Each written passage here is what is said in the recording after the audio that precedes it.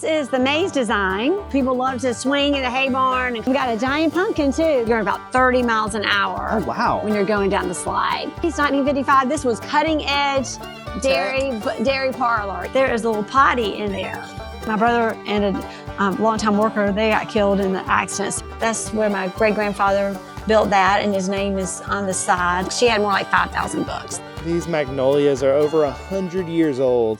You know, farms like this that I'm at today, they used to be sustained by agricultural things like crops and livestock. Today, we're at a 150-year-old family farm that has made the major pivot away from those kind of operations to an agritourism business. They have a candy cannon, this gigantic slide that they actually built themselves into a giant hill. But today we're gonna see all those things. We're also gonna talk to the owner and see what it's like to run this type of an agritourism business. You know, some of their history about where they came from, how they got here and where they're going, and how they're actually using this pivot not to be some cheap gimmick of how to make a quick buck, but actually how to keep the history and the heritage of their land alive. Stay tuned for another fun field trip. Peace. Hey, Catherine. Hey, Riley. Nice to meet you. Nice to meet you. Thanks for coming out. Yeah, thank you so much for having us. I was thinking maybe we could just see some of these awesome attractions you have here and then kind of get into some of the nitty gritty and the history and all that, if that sounds good with you. Absolutely. Look forward to it. Let's do it. So I've got two teenage boys, so we have visited gem mines all over the Southeast. Oh, yeah. When it came time to build a gem mine here at the farm, we brought all our favorite ideas. So how does this work? How does a gem mine work for those who've never seen one? So they would get little bags of rough. And so the rough is like sand or dirt with gems inside of it. We've got a little diagram when people get their gems out of the little bag of rough. They use a little tray, they sift it in the water, and they find their little gems, which is really fun for, you know, all ages to do. And they can look at where the gems are from around the world, because these gems are not just from South Carolina. There's little pieces from different parts of the world. And these are actual real gems and rocks that you guys have in there? Yes. Oh, that's cool. So okay. Those are all the little gems. Goodness, look at this, guys. That they can find. And we have little bags for them to put their gems in, and a little like card that explains, like, has this information on it. This is where they come over and pick up their gem mines, and we got little examples of what. Oh, this is kind of what it'll look like. Yes. And so this will all be hidden amongst sand and dirt and stuff like that, and they got to sift through and find it. That's right. It's something that we're happy that we've got. It's been a big success, and we know years ago in South Carolina, most people had grandparents or aunts or uncles whose farms they would go and visit. Sure. Well, it's just not like that today. So you have to look for an opportunity to go to a farm and visit. And we love it when people make visiting our farm part of their fall tradition. And then we have summer and spring events too, so they can come out to the farm and get a little taste of farm fun those seasons too. This place is so extensive. They have a map. And I'm guessing we are right here in front of the building. Good, right? The ticket building. And man, if you see, I mean, they have, you know, it goes all the way over there to their corn farm, to the slide, which is way over there, and then all of these fun activities in between. So we're going to hit some of the main ones. We probably won't have time to hit all of them today, guys, but we'll hit some of the really cool ones and get to hear a little bit more about what goes into something like this. We got a giant pumpkin too. Is that real? Yes. What? A farmer from Walhalla grew that, and they usually have it at the Walhalla Harvest Festival, and they didn't need it this year, so he asked if we wanted to have it on display at our farm. We said sure, and we're having a little contest to guess how much it weighs. Yes. That is awesome. Can you get a shot of me so the people watching can see how big this thing is? All right, we'll scan it. Goodness. That's massive. Look at this, guys. We get to ride around in style today. We're going to hop in the side-by-side. This is our little kiddie corral. We've got just for like the toddlers to play in. Oh, for the little ones? Yeah. I have a 2-year-old that would just have a grand old time in there. Absolutely. They've got their own little slide and a little tunnel to climb through. And these are hot balls. We find that people love doing those hot balls. Oh, for like hopping up and down on? Yes. Again, like a playground kind of activity that parents can do too. So we've got giant hot balls. I love it. This is a cow train. The cow train. People love getting into little barrels and going around in a little circle. We used to do hay rides. We stopped doing hay rides. We did.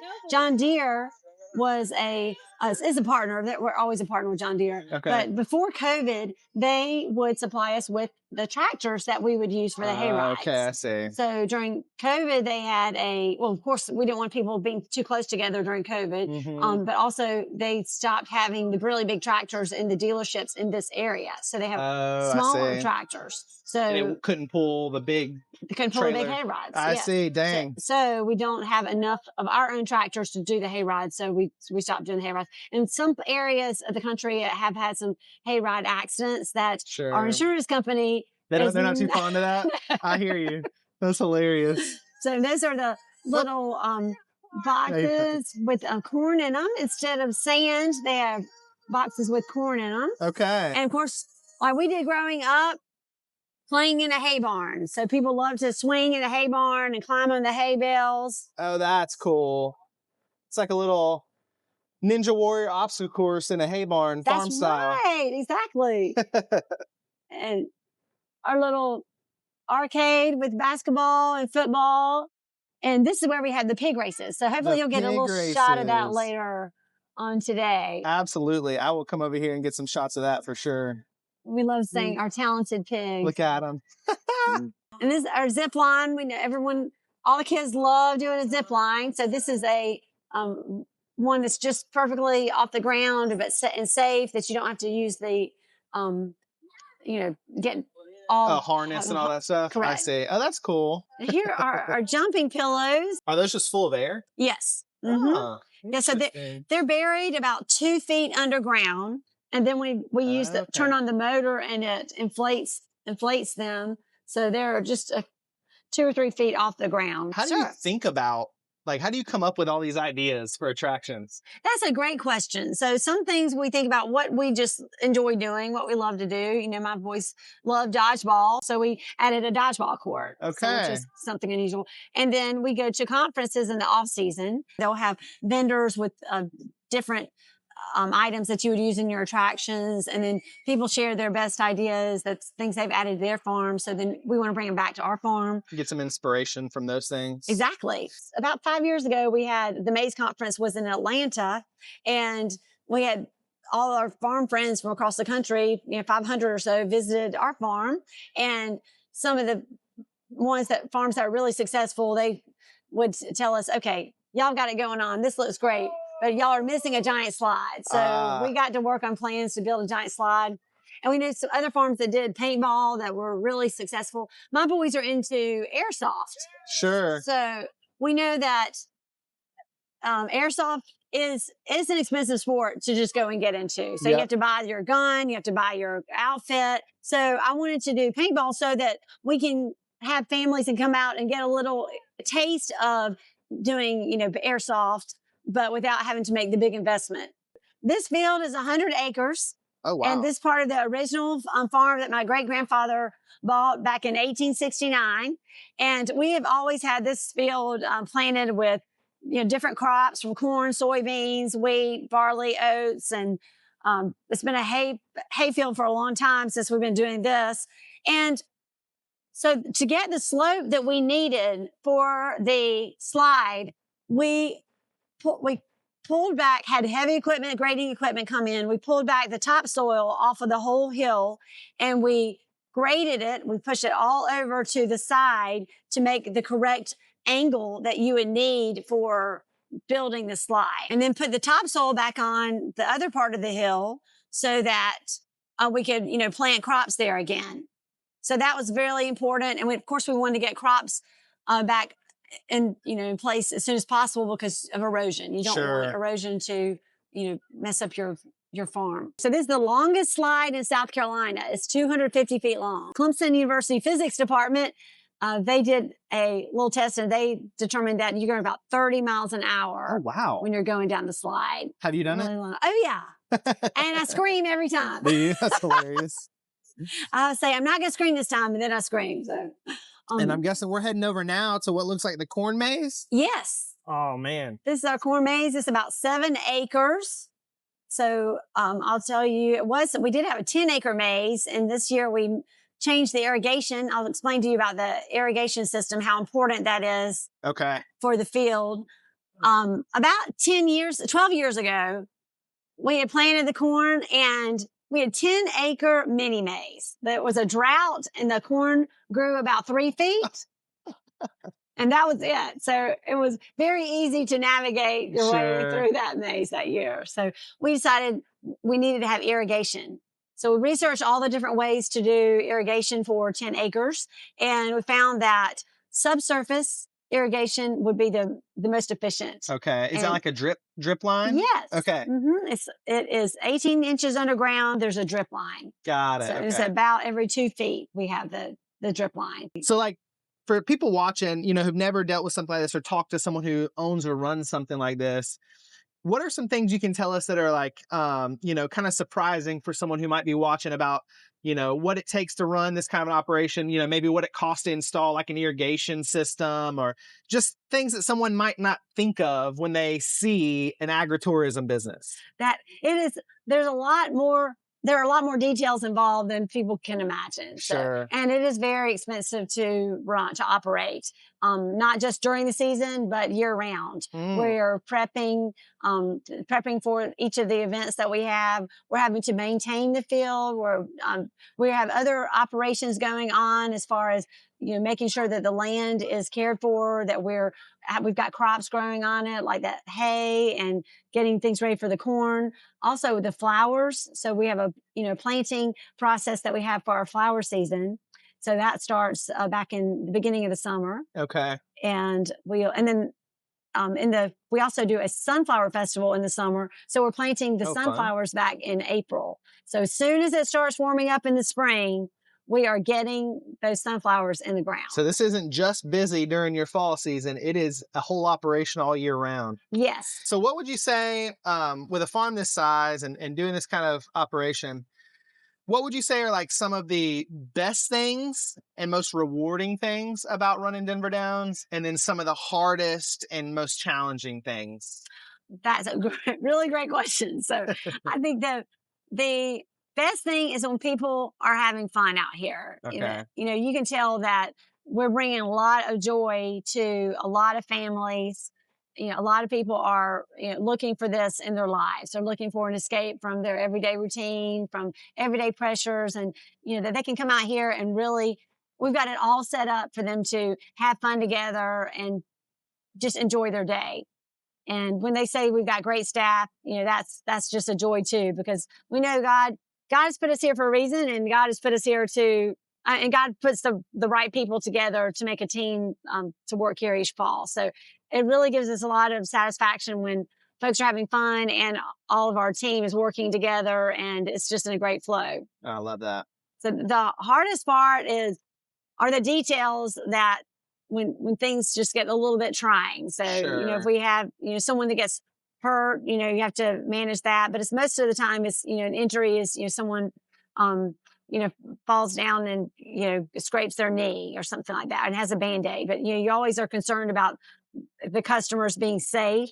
So that's a major concern. The insurance we have out here is unbelievable. People cannot imagine how, expensive, it's definitely, a percentage of each ticket that we sell is for insurance. I feel like that's something people don't think about. I mean, maybe they do, but it's something I don't think about when I look at something like this. But depending on what you're open to sharing or how, but like, for people have a concept of like, what does insurance cost to like make sure you don't get sued with all of these activities that someone could potentially injure themselves doing? Oh yes, it's tens of thousands of dollars. Really? Oh yes. Mm-hmm. Oh my goodness. I mean, you could buy a brand new truck for what? Or you have to pay insurance. Goodness gracious. Yeah. So people have no idea that can be that expensive. So of course, but we're very thankful to have it. You gotta Absolutely, have it. yeah. So, It's good that there's stuff in place, right? Like to make it possible for farmers to be willing to take the risk to do stuff like this. Yeah. Because, yeah, she has the land, but this stuff is capital intensive. I mean, everything out here, you guys had to purchase. Yes. You guys had to buy with your money and take the risk of someone getting hurt, take the risk of paying for the insurance and people not showing up, or Hurricane Helene knocking out an entire season. And You know, that's the stuff people see big money, you know, people are like, oh, I bet they rake in the dough. But there's so much, you know, as a small entrepreneur myself, there's so much that goes into business that people don't think about. Right. That really makes the thing work. And oftentimes it comes at great expense and great risk to the person that's taken on the endeavor. And like sometimes it pays off greatly. And the reality is sometimes in life it might not. And so that's why there is a potential for good reward, is because if it doesn't, no one else is coming to bail you out. Right. Yes. You know, that's on you. There's no federal assistance that we would get, or state assistance that we would get. You know, the majority of, I'd say 95% of our revenue for the farm the entire year is made in the fall. That's crazy. Yes. So if something goes wrong in the fall, that could be tragic. Exactly. Yes. So we had to plan very well, you know, to make sure that we have, you know, money in the bank to pay employees, you know, during the first 3 quarters of the year, to make sure that we are able to operate. Sure. So we do have to, you know, manage money well. And we try not to, you know, bite off more than we can chew each year. We do have to, you know, make pretty big decisions early on in the year and stick to those. And there are always things that come up. You know, we want to add one more thing. We want to add this. We want to add more. So we have to, you know, make sure that we're making good choices. Well, guys, speaking of small business, this is a good time to tell you a quick word from today's sponsor. Today's sponsor is my family's company, All Good Elderberry Co. We make our elderberry syrup unlike most of the competitors. We use only fresh, cold-pressed North American elderberries grown on a family farm in central Indiana by farmers that we actually know by name. Now, there's not a lot of elderberry syrup producers out there who can say that. We take that cold-pressed juice and we blend it with things like organic mullein herb, and we make a tea that we put into our syrup. We put Ceylon cinnamon, Ceylon cloves, lemon juice, agave syrup, and it's very lightly sweetened. It's not super rich and sweet like most of the other syrups. So you're not actually getting a sugar bomb, but you're getting the elderberry anthocyanins that are actually good for you. And if you want to know a little trick about how to tell good fresh elderberry syrup from ones that are made with dried European elderberries, look at the top of the bottle, give it a little shake, and if it looks a deep reddish purple, that's how you know you got the good stuff. It's small batch, intentional, and made the way you'd hope a family would make it, with care and without shortcuts. If you'd like to support our family and our small business and stock your home with something good, please visit us at www.allgoodelderberry.com to get you a bottle today. And if you go to the link in the description below, you'll actually get 15% off your first bottle. All right. So what do we have here?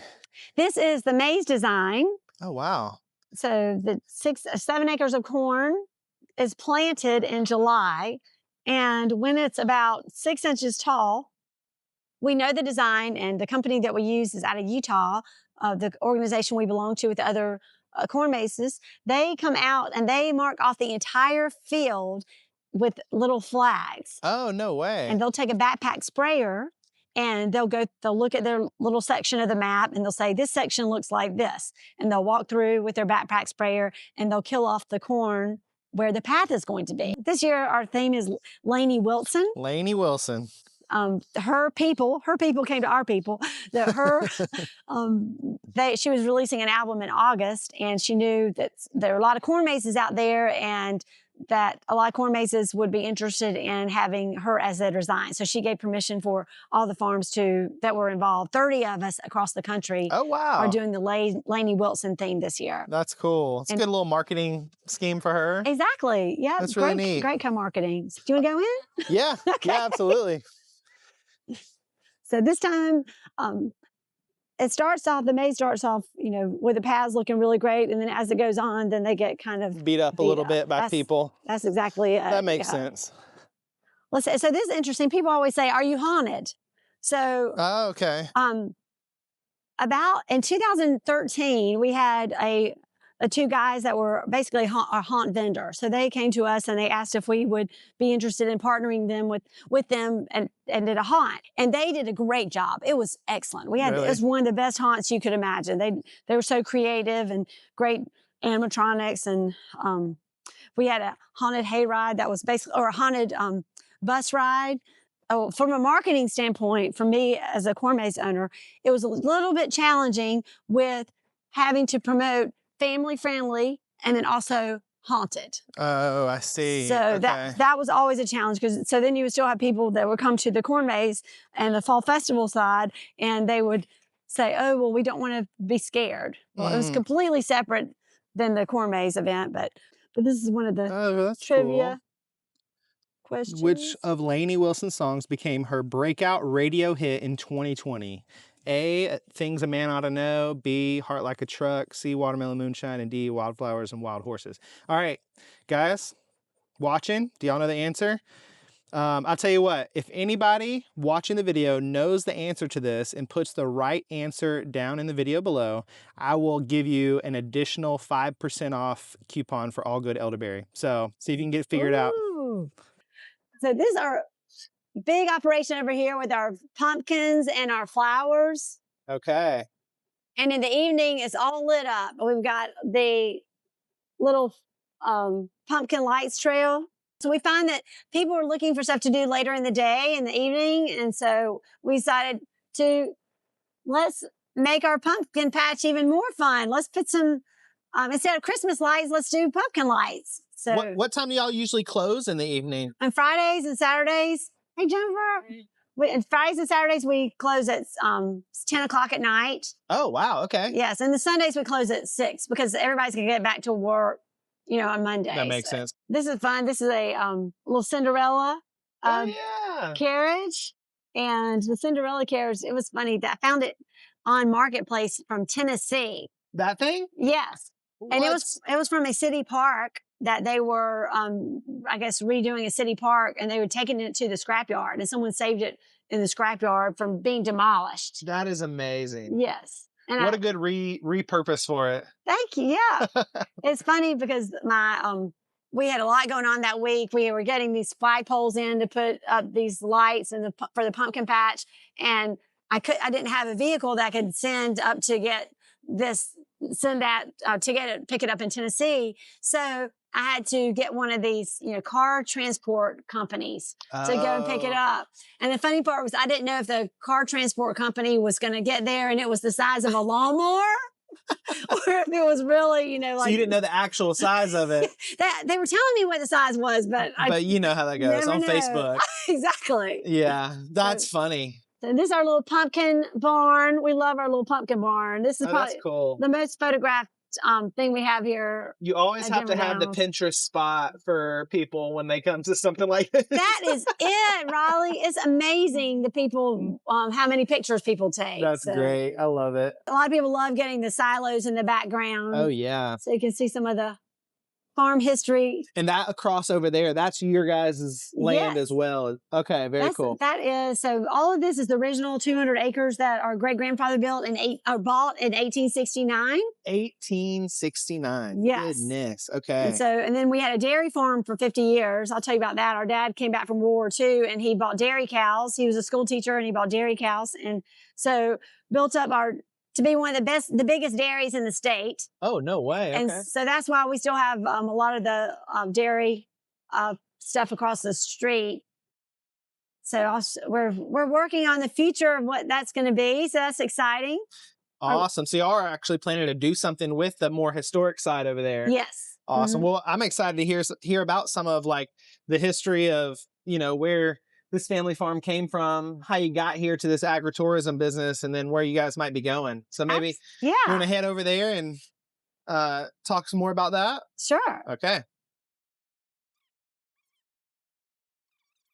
Riley, this is our old mule barn. Oh, wow. Okay. It was built about 1880. Goodness. And so this has been standing here since 1880? Yes. Uh-huh. Wow. What is that, 140 years or so? Yes. That's nuts. So originally it was just for mules. Okay. So then so it would have been a shorter entryway. Oh, this. Yes. Oh, okay. So as years went by and we got tractors, then they expanded that to be a larger entryway. It's amazing that they used to build stuff that could stand for 140 years and it's made out of wood. It is. It's incredible. You want to see the inside of it? Yeah, let's go. Let's go take a little walk around. Yeah, so here's the old mule barn. This literally, the siding just you know, like old pieces. You said hand milled wood. Hand milled, right? They would have used trees right off the farm. That's crazy. It is amazing that stuff like this is still standing. Mm-hmm. Have y'all had to do a lot of rehab work to it to keep it standing, or is it? A few times over the years we've had to. You can see we've reinforced the trusses up top. Oh, with the metal brackets. Yes, that makes and sense. we've got the wires to keep it together. Okay. And then some of these we've had fixed over the years, where the stalls were. Sure. Wow. Yes, but for us, so we had, this was a hay barn when I was growing up, so we would swing from the rafters in the hay barn. That's awesome. So you have memories in here as a kid, and yes, that's so cool. Mm-hmm. I love that. My wife and I, we're trying our best to try to play a chess game to get a piece of land at some point, and then hopefully my great grandkids could be able to have stories like yours. Oh yeah, definitely. It's hard though nowadays. Goodness gracious. To find property. Yes. So expensive. Yes, everything has gotten so expensive. It has. So what is this? This is an old log cabin. Oh wow. So we call it, well, it was really probably a corn crib. We're not sure if someone lived in it or not, but it's from the 1700s. The 1700s. So we've always just kept corn in there. That's really cool to see. But we're trying to preserve this so it will not fall down. Yeah, this is a piece of history right here. Mm-hmm. It's amazing that someone very well could have lived in something this size with like gaps between the wood, Yes, they probably would have put kind of some kind of filling in between there. Sure. I don't know what it would be called, what the correct terminology would be, but they would have filled it in. And we've got some other old barns over here. This one, it was interesting. Tobacco is grown, mostly in the lower part of the state. Sure. So, but Clemson did an experiment of a different different variety of tobacco back in the 1960s, and our dad was part of that experiment. Oh, and wow. So this barn right over here. It was a tobacco barn? Yeah, so you can see at the ceiling of that where they have had the areas where you would hang the tobacco from. Oh, interesting. And it just hang dry? That's it, yeah. Wow. Mm-hmm. So as you can tell, it didn't really take off because there's not many tobacco farmers in the upstate of South Carolina. Yeah. So we stuck with dairy farming, and dairy farming was a successful endeavor until the 90s, and then the price of milk dropped, and you were not making any money selling milk anymore. And we also had a farm accident. My brother and another worker for the farm and my other brother were all in one of the silos. So silos are these tall structures that you store food in, the silage, like grasses that ferment, to feed the cows during the wintertime. And it was in May, and they were cleaning it out to put in the new silage from the summer harvest. Yeah. And there was an avalanche of grain from above, and so my brother and a longtime worker, they got killed in the accident. So that happened, and the price of milk went down. So it was just time to get out of the dairy business. So, I see. So that's one thing in agriculture, you have to pivot, you have to evolve. Yeah. And so we're no longer in the dairy business, but we're trying to improve this area. We had a lot of old barns over here that were just full of junk because a lot of us don't throw anything away. Sure. So there was a lot of old junk in these barns that we've been trying to clean up. Sure. This is a big barn. What was this used for? Great question. This was the cattle prep area for the cows that were getting ready to go into the dairy barn. Okay, so this is where you prepare them to be milked and things. Yes. Okay. And so dairy cows, you milk them twice a day. So we would milk at 2 a.m. and at 2 p.m. Goodness. And you could see the grates in the ground. That was so the cows wouldn't slip. Oh, okay. And this Some traction. This will be scraped out twice a day because, of course, the cows were going to the bathroom a lot. Oh yeah, and just pack in all this. You got to scrape it. Yes. If you're watching, I did a video before with a dairy farm called Southern Oaks, and I'll link it in the video somewhere, wherever YouTube will allow me to put the tag. Go watch that video after this one if you want to see what goes into dairy farming, because it is a difficult operation. Yes, exactly. It's very expensive, and it's amazing that milk, it costs as much as it does. I'm surprised it doesn't cost a lot more.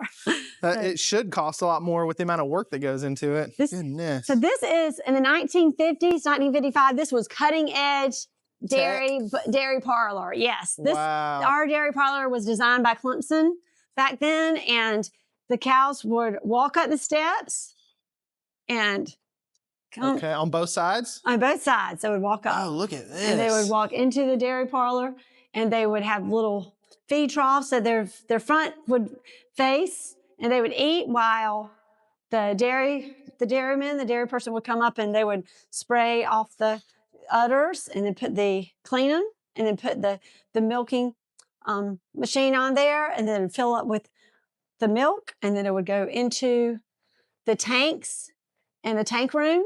Wow. And they would stay chilled, and every day we would have the giant milk truck come and pick up the milk. Pick up all the milk? Yes. This is really neat. Oh, wow. This is what some of the old milkers. Mm-hmm. That is so cool. It's cool y'all still have all this here, like as if, I know. Just one day it got turned off and it's just still hanging out. Yes. And we got out of business in 96. Wow. I was 5 years old. Yeah. Isn't it amazing? This has just been sitting here. So I'd love to do something with this, make it into a museum, possibly do a little ice cream store. So this was the old, we've got some storage in here, but this is the old. And it's funny, Mom started giving tours of the dairy back in the 1960s. Oh, no way. And so she would have the school children come and stand in the middle of the dairy parlor. And I look back now, we're so safety conscious now. That may not have been the safest thing. Sure. Yeah, people were built different back then. That's true. So we had 2 giant tanks here that would fill up with milk. Oh, wow. And, the milk trucks would back up, and then they would have their tubes go right through here and connect to the. Oh, that's neat. They just screw it to the tank and suck it all out. Mm-hmm. Yes. It's interesting. So, I'm gonna get a little deep for a second. Okay. But I look at stuff like this, and I don't know really what my point is here, but I think y'all watching and hopefully you'll resonate with what I'm saying is I love hard work. I love business. I love trying to build things. Yes. And I feel like a lot of times people do that nowadays to the detriment of everything else, detriment of their family, detriment of this and that and the other, right? Mm-hmm. But what I'm seeing when I look at this is, for me, it's a reminder that you are still standing here. You as family are still moving forward. But all the infrastructure that doesn't get maintained, it decays. It rots away. Yes. And, this, like you said, this was peak prime, top of the line, not even 4 decades ago. Right. And now, it's rusty. It's, got some age to it. It's starting to kind of, show its wear and tear. And it's a good reminder for everybody is if you're building something, if you're working hard, do it heartily, do it, as unto the Lord. But remember that the things we build here are all of them decay. Right. But don't put your work and effort just into the physical, but into the eternal, the people, the things that last. That's beautiful. That's so true. Yes. What is kind of the vision for Denver Downs going forward? What, if you looked 30 years into the future, maybe not that long, maybe longer, what would it look like in your mind? Well, we've got a lot of ideas, and we were just trying to get them on the calendar to make it happen. Sure. Okay. Yes. So we'd love to have some farm stay houses that people could come and stay on the farm. And we'd love to have this incorporated into a museum. And we're researching doing a cidery or winery. Oh, that would be great. So we know that, families that are, these children are growing up, but parents still want to come out and have some fun at the farm. The house I live in is an old colonial farmhouse. Okay. It was built by my great-grandfather. Is that the one in the background over here? Yes. Mm-hmm. No way. Yep. So that's still actively in use as your house. Yes. That's really cool. You know, we think about what we can do with that. You know, that might be, my boys are growing up, and then we might turn that into like a bed and breakfast or another farm stay. Yes. That would be because I don't really, as one person, I won't need that much space. Yeah, that's true. How many kids do you have? I've got two teenage boys. Woo, yes. That's fun. Oh, yeah. Man, oh, man. They're good. They're good most of the time. So, but it's busy. It's a busy time in life. But sure. They love the farm, and my sister and her husband, their children, they're grown, but they love coming back to the farm and being a part of something special. So everything we do here, we love sharing our farm heritage, and we're entrepreneurs. So sure, I can see that. we want to we thrive when things are, when, you know, we're developing and growing. So this is the house that my great-grandfather built. Oh, wow. In the late 1870s to 1880s. And they had 11 children. So that's one reason he built such a large house, is because there were 11 children. 11. And because they didn't have tractors back then. So you need as many hands you can get. Yes. That's crazy. So I grew up here. My mother lived here until she passed away. And so now my boys and I live here. And I love to point out these beautiful magnolias that we have. Oh, yeah, look at this. These are massive. They are we know exactly how old they were. How old they are. They were planted in 1911. Wow. So one of my great great uncles, he was a student at Clemson in horticulture, and he brought these back to his mother, Essie Garrison, who was my great grandmother, married to W.D. Garrison, and so they were planted that year. So 1911. 1911. Yes. So I love showing the little canopy. Look at this. Underneath. Oh, did it grow over where you can actually walk into it? Yes. Oh, that's awesome. This is quintessential Southern charm. Yes. Oh, yes. So Look at this. I don't quite spend as much time drinking lemonade out here in the summer as I should. But sure. I mean, you get a busy lady, but goodness, look at this. I'm going to try to pan around so people can see. These magnolias are over 100 years old. Look at that. It's like you're in a whole nother world in here. Yes. It feels so great. Cool. And we have, at night, I've got Italian lights in the trees. It looks really cool. Do you? Oh, I see them there. That's awesome. All right. So she is actually going to give us a little peek inside her old farmhouse. Look at this.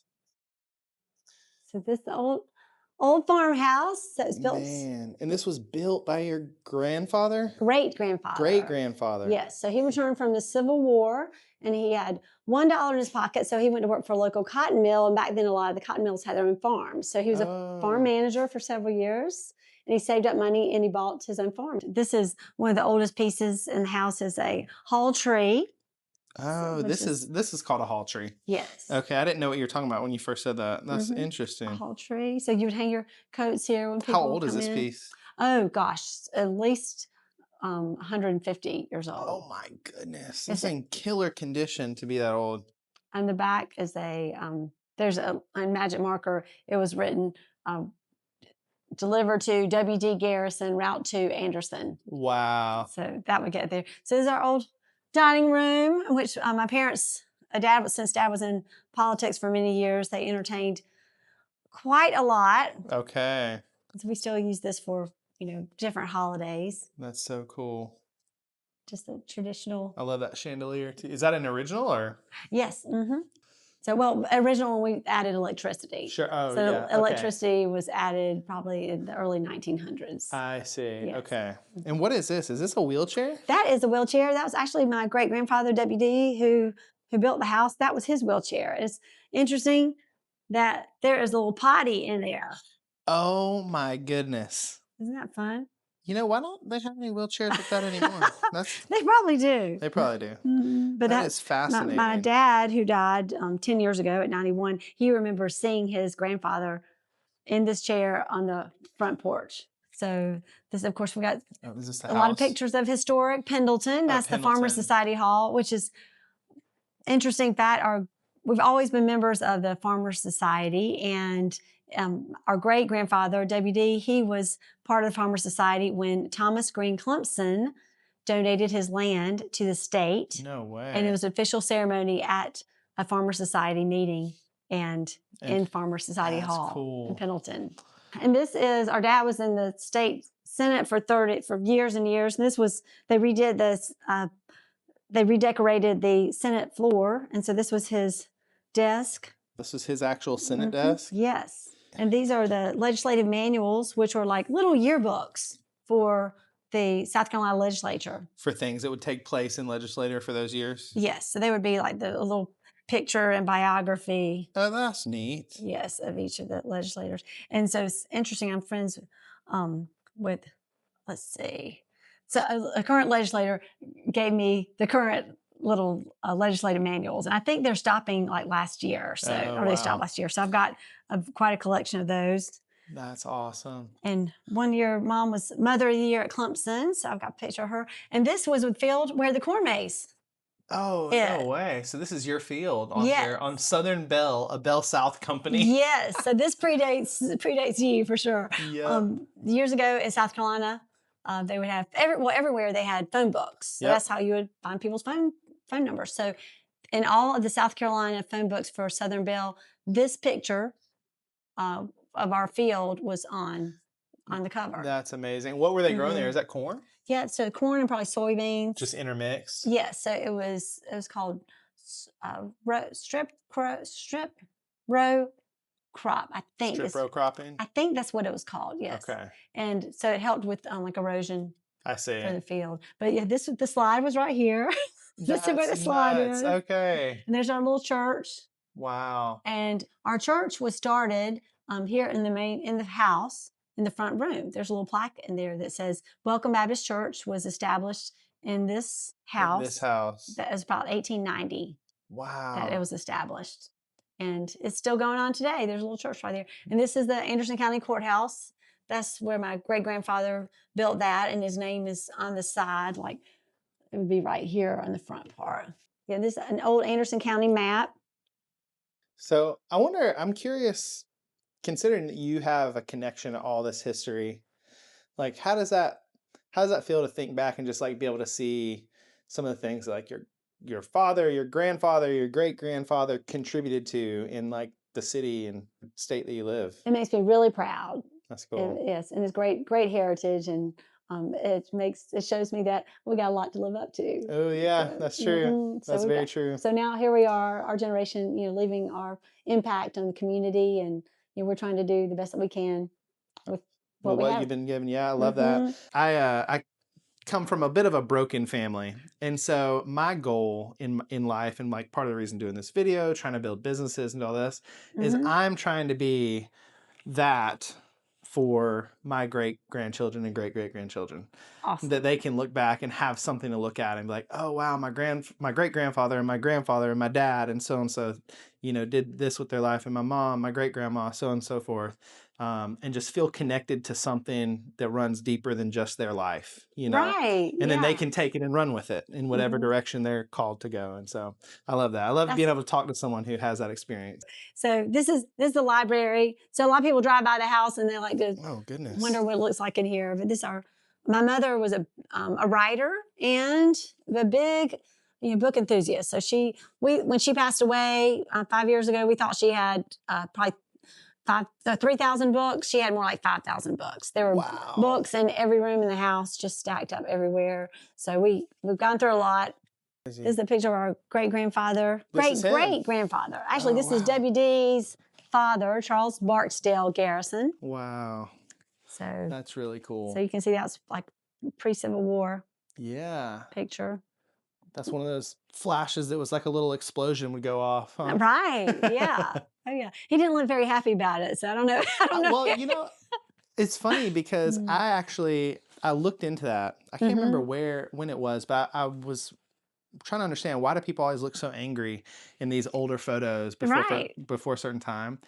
And apparently what it was is culturally, if you were seen smiling in photos, you were looked at, it was kind of like culturally, you're looked at as maybe like a drunkard or foolish or just like a ditzy, whatever. Yeah. And so in photos, because it was just frozen in time moment, they always wanted to look somber and level-headed and like serious, so that the culture wouldn't see this photo and think that you're like an airhead. Right. And so obviously that culture has flipped, and now, you know, you want to smile in photos and look happy. Right. But they just looked at it differently back then, which is fascinating. It is. Yeah. That's one of these old books is so interesting. Riley, I think you'll like. I think this is it. I think this was like from the 1870s. Oh, wow. Is a book about. It's basically a guideline to how to live your life. Oh, no way. Yes. And Royal Path of Life. And I so bet that is fascinating. W.D. Garrison, my great grandfather. Yes, and it's really interesting to things on how to. There's some farming things in here, some family. There's some things on religion and church. Right. And what I found was so interesting is it talks about when you go to church, it does not matter what you wear. Just you need to go and you need to worship. And it said that even in this day. Yes, that's in the funny. 1870s. So I want to try to see if I can find an old preserved copy of that for myself, because I would love to read that just out of sheer curiosity. That's super cool. That's a great idea. I love it. And who is this man? And this is my dad. This is your dad. T. Ed Garrison. Very cool. Dad. And Dad was, like I said, he graduated Clemson in 1942. That was the war class. And he was a bomber pilot in the South Pacific during the war. Oh, wow. So that was the Army Air Corps. That was before there was an Air Force. Yep. So he was in the Army Air Corps, and he flew 65 missions. And on his last trip back, he was in the mess hall that night, and a mechanic came up to him and had a handful of shrapnel. And that was in the bladder of his fuel tank. Wow. And so he was very close to not making it back on his last mission. That's crazy. He came back and part of the greatest generation. He was a school teacher, and he bought dairy cows, and he built up one of the largest, it was the second largest dairy in Anderson County. And Anderson County was the second largest dairy county in the state. Wow. Yeah, so it was a big dairy. And then he wanted to serve his community. He was very involved with the church. He was very involved with economic development in this area, and he was involved with the state legislature. He was in the House of Representatives and state Senate. He did anything that he could for Anderson County economic development, for the state with agriculture, for Clemson. Sure. And the agriculture museum in Pendleton, he helped start that. Oh, wow. And which later on it was named after our brother that was killed in the farm accident. It's the Bart Garrison Ag Museum.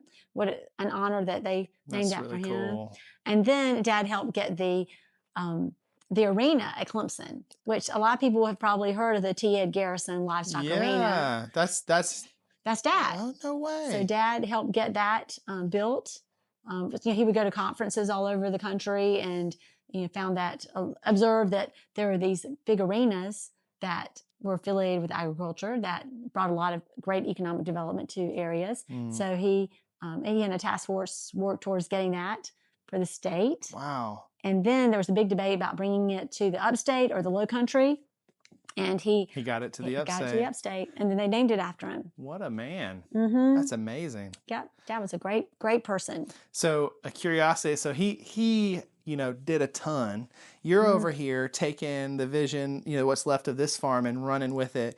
What about your two sons or any of the other family members that is, the generation after you? Do they have any interest in carrying this on? Are they kind of, what's that look like? We hope so. Yes. Okay. So they're making their own paths. Sure. And they're, my niece and nephews are, early 20s and mid 20s, and then my boys are teenagers. So they're figuring out their path, but they all love the farm, and they know what a special place this is and a special thing that we have in our family. So we're hoping that they're going to continue and make it, make it their own. Keep it in the family for as long as possible. I love it. So Dad also started a thing called the Century Farm, which I'm sure you've heard of that. That is a designation for farms in South Carolina. Oh, that have been around for at least 100 years? Yes. Okay. And so he helped start that within the Agriculture Museum is over that. And so we're proud that we're part of the Century Farm program. That's awesome. And it's entering there are a lot of farms each year that are being inducted into that because they're hitting their 100th year birthday. And that's so cool. So it's really great that they're acknowledging that and preserving that. Yeah, and giving some recognition to the farms that have gotten to that point. I mean, Yes. that is really cool to keep something around for over 100 years, especially in the same kind of vein, trucking forward. That's hard to do nowadays. Exactly. Yes. And things have evolved. So, they're Sure. not the farms are not what they were, 100 years ago. Of course. Yeah, you couldn't yeah. be. You can't stay in business, Business is always moving, evolving, especially with like AI. And I mean, who knows where things are going to be 100 years from now. I know. It's interesting. We started the South Carolina AgriTourism Association back in 2015. Oh, okay. They're a group of about 10 farms from across the state that Commissioner Weathers asked us to start this organization, so we started it.